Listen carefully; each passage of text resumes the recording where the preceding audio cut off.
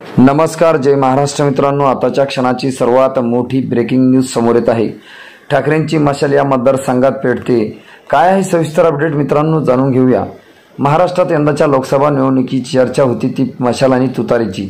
आपल्या पक्षाचे नाव चिन्ह आणि दिग्गज नेत्यांसोबत घेऊन दुसरी चूल मांडल्याने शरद पवार आणि उद्धव ठाकरे यांच्या अस्तित्वाचा प्रश्न निर्माण झाला होता। सगळं गेलं तरी जनमत आमच्या बाजूने आहे असं शासून सांगण्याची संधी लोकसभेच्या निमित्ताने समोर आली।